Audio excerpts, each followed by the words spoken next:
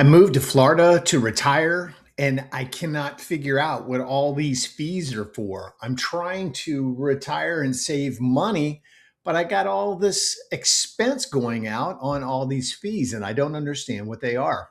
Well, hey, I'm John Bice with eXp Real Estate, and I'm here to explain some of the fees that we have here in Florida. HOA fees, condo fees, CDD fees.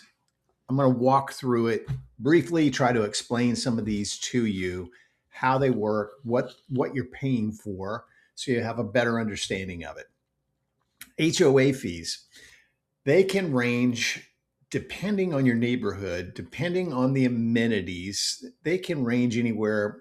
An example for me is our community. We're in a area called Palm Air Country Club. Country Club is voluntary. You don't have to belong to it. We're not a gated community.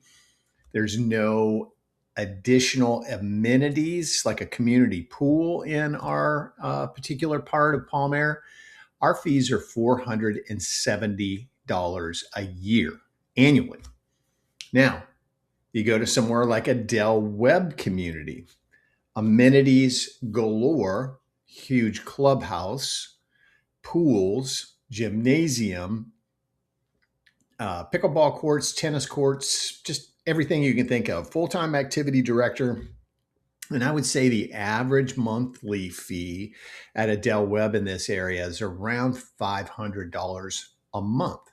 Now, for you snowbirds, that's very important because the 6 months you're here, no big deal. The 6 months you're not here, you're paying $500 a month for the amenities that you're not using. Okay. And please get the idea out of your head that during the summertime, you're going to rent your home and recoup some of those fees. Very, very rare to find somebody who's willing to rent during the summer months because obviously that's when we're the hottest. That's when the snowbirds aren't here. And people who are coming down for a vacation don't want a 6 month, 3 month lease. They want to go to the Marriott out on the beach and stay there for a week. And that's what they do. So get that out of your head. So that was an example of HOA fees and what they cover. Now, again, in a Del Webb, gated security, all your yard work is done for you, and use of all the amenities. Now, that also comes with a restaurant. So there's a restaurant fee that you have to pay annually. The Del Webb of Lakewood Ranch, it's $500 a year. So it's basically a spend down. And so I would say if you go over there once a week during the year, you're going to be easily able to spend $500. A couple of sandwiches, a couple of cold beverages, and $500 is going to go pretty quick. So those are some things to think about with an HOA fee. Is your yard work being done? What amenities are in the community? And what amenities aren't in the community. As a matter of fact, just like our community, there's nothing extra, but again, we're paying $470 a year. All right. So condo fees, condominium fees, it's going to be completely different. Now, condominium fees, it's covering the insurance for the exterior of the building. When you own a condo in the state of Florida, you basically own from wall to wall, the air between the walls, and that's what you insure.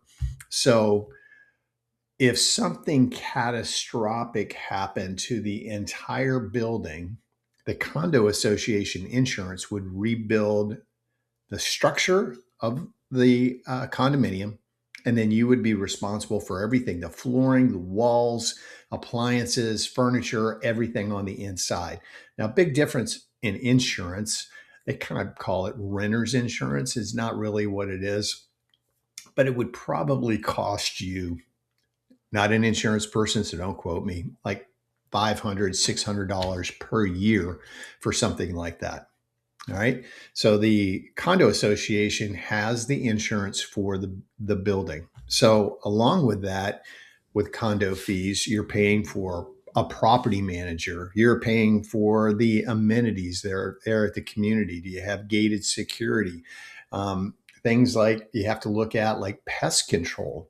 If they have private roads in the community, when those have to be resurfaced, is that going to be an assessment to you, or is that covered in the condo fees?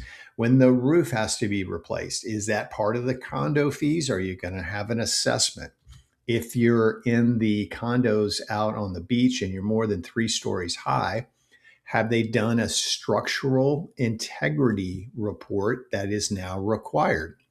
Also, a lot of those high-end condos, expensive condos, didn't keep their reserve funds up to the level that they should have. And the state of Florida stepped in and said, oh no, you need to have this much in reserve, because the condos, very affluent people out there, if they had an assessment for $100,000, a lot of them could just write a check for it.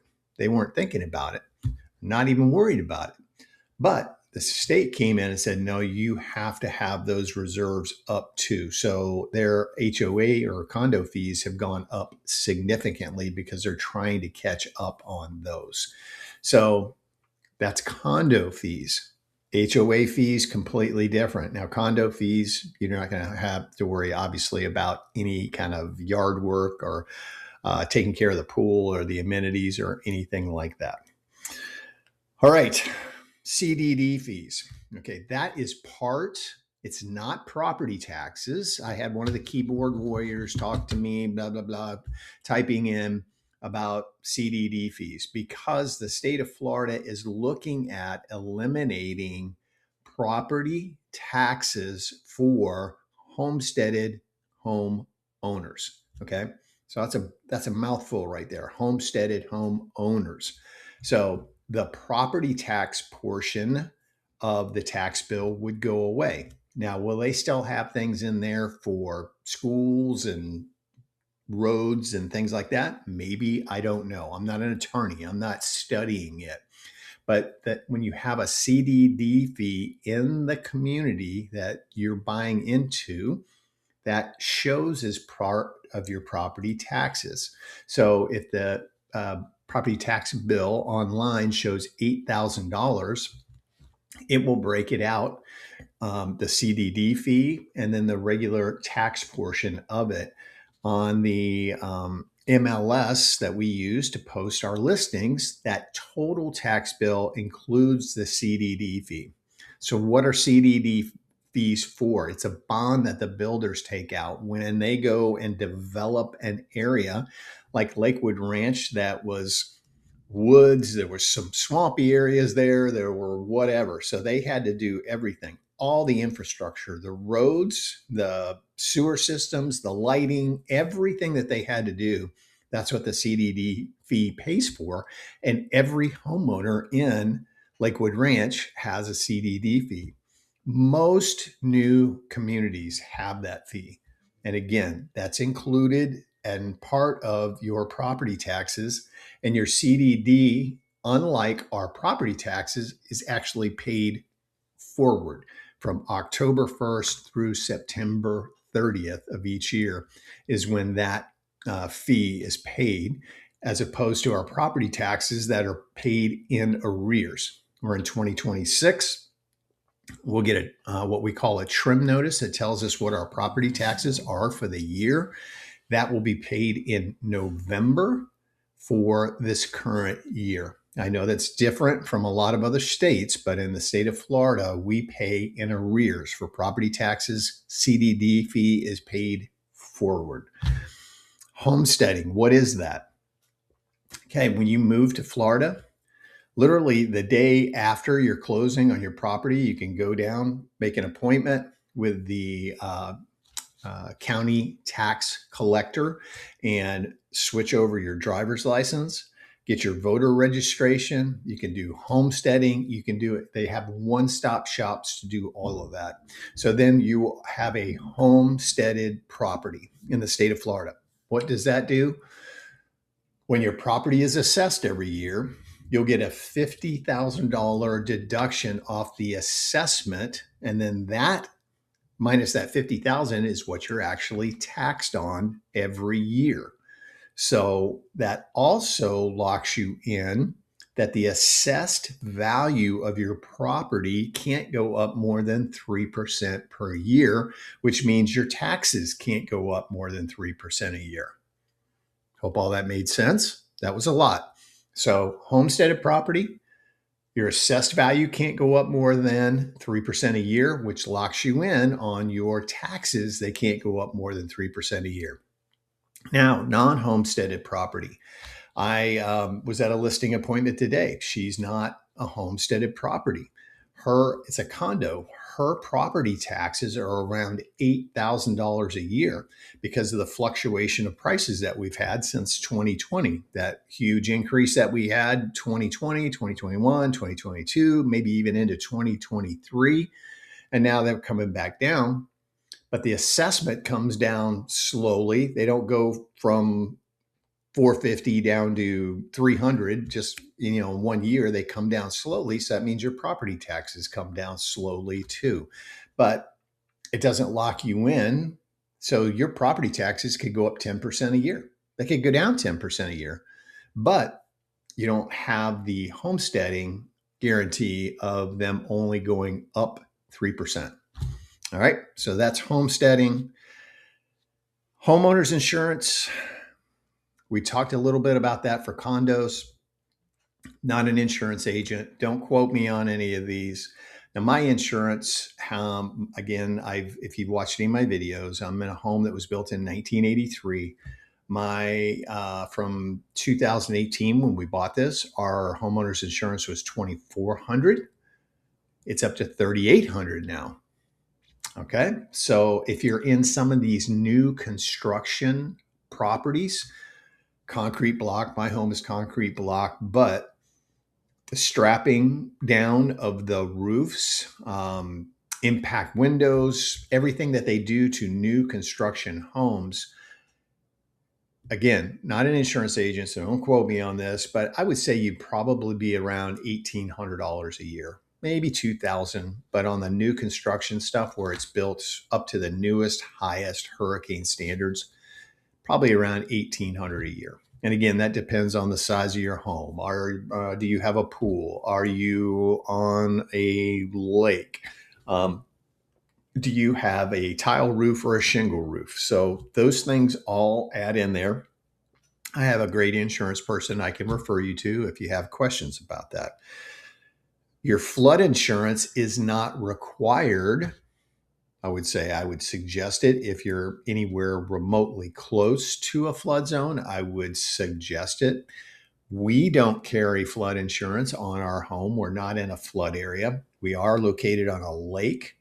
Some of you will call it a pond. Some of you from the north call it a big drainage ditch, I guess, but we call it a lake.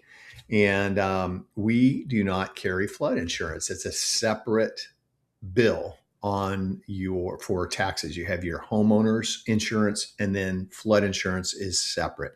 Flood insurance is not expensive, probably, especially if you're not in a flood zone, probably $300 to $500 a year, somewhere around there. So not a bad investment to have that if you're at all worried about it. Now, I know the weather channels show you every time a hurricane is within 1,000 miles of the state of Florida, they show you these catastrophes with homes underwater, but they never tell you where they are. Are they half a mile from the beach? Is it a community where the homes were built in 1960? They never tell you any of those things. Again, my home was built in 1983. There's never been any flood concerns here.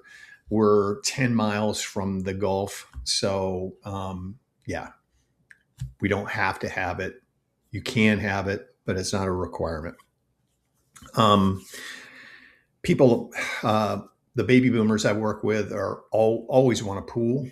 I will tell you, pools are very expensive. Not just if you have somebody maintaining it. We pay $127 a month for a guy to come out once a week, vacuum, check the chemicals. And we just went through our second pool motor since we've been here since 2018, $900 to replace that. We put a salt water system on our pool. Now the saltwater cell has gone out. That's going to cost about $1,200 to replace that. We added a gas pool heater. That was $5,000. So pools are expensive. Again, if you're going to be a snowbird, remember that, because you have to have somebody maintain your pool 12 months a year. It's not just when you're here, but it's 12 months a year that they're going to be taking care of that. And not only your pool, but then you're going to have a cage over your pool. And once, maybe I would say every 10 years, you have to replace all that screening on there. When we first moved in this house, I replaced all that screening, $3,500 to get that done. So another thing to think about. I think that's it for this video. Just some of the expenses you want to think about before moving here. If you got any questions about any of this stuff, you can pick up the phone and call me. I literally am available 7 days a week to talk to you. If I miss your call, if I'm in an appointment or showing property, I'll call you back. My cell phone number is 941-962-7443. And I'm happy to answer questions for you about this stuff in this area, especially. We didn't even get into talking about if you're in a country club community with golf fees and things like that. And we have plenty of those, trust me. We have communities like Esplanades, which are active adult communities, golfing.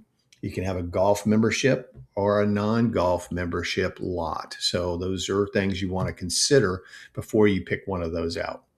Okay. I hope that answers some questions for you. I'm here to be a resource for you. It's absolutely free to contact me. And I'd love to help you find your home here in Paradise. Okay. Thanks so much. And I look forward to hearing from you.